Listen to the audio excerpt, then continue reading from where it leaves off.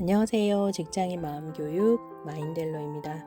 이번 시간에는 회사가 알려주지 않은 승진의 조건에 대한 이야기를 한번 해보려고 해요. 내가 승진을 못하는 이유가 뭘까요? 문의를 굉장히 많이 하시거든요. 특히 30대 중반 이후 40대 직장인분들이 이런 고민을 많이 하고 계세요. 도대체 왜 승진이 계속 밀리는 걸까요? 저는 근속연한도 잘 채웠고 업무 고가도 평균 이상 받고 있습니다. 하지만 승진이 2년 이상 밀려 있습니다.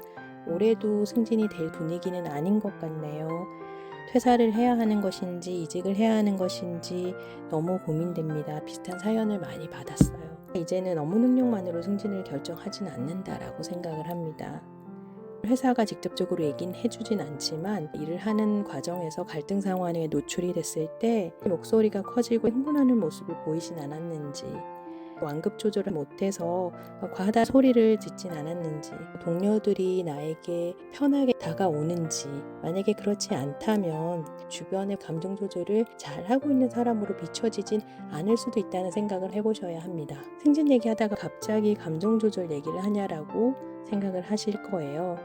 이유는 회사에서 10년 이상 차들의 승진이나 매니저 분들을 선택을 할 때 업무 성과 플러스 주변의 동료 평가, 360도 평가라고 하죠. 다면 평가, 감정 조절 능력을 보는 거예요. 업무 능력은 매니저를 통해서 평가를 받았을 것이고 그 외 잠재력이라든지 감정 조절 능력은 다면 평가를 통해서 나오게 되는 것이에요. 회사에서는 감정 조절 능력까지 고려하고 있다는 얘기거든요. 조직에서 승진을 한다는 거는 더 많은 책임과 영향력을 행사하게 된다는 의미예요. 영향력이 커진다는 얘기는 내 감정에 영향을 받게 되는 사람도 많아진다는 이야기입니다. 그러니까 내가 영향을 줄 수 있는 사람들 앞에서 내 감정을 어떻게 다루느냐는 너무나 중요한 스킬인 거죠. 문제 해결 과정에서 발생하는 상황들을 얼마나 유연하게 대처하는지, 주변 동료들에게 긍정적인 영향을 행사하는지 판단하는 기준이 되는 겁니다.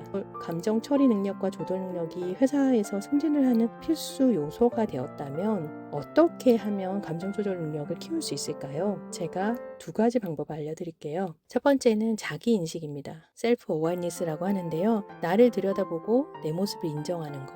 내가 감정 조절 능력이 어떤지, 처리 방식이 어떤지를 이해하는 것입니다. 난 괜찮아 하고 넘어가는 건 자기 인식이 없는 상태인 거예요. 나는 이런 상황에서 이렇게 반응을 하는구나라고 제대로 알고 계셔야 합니다.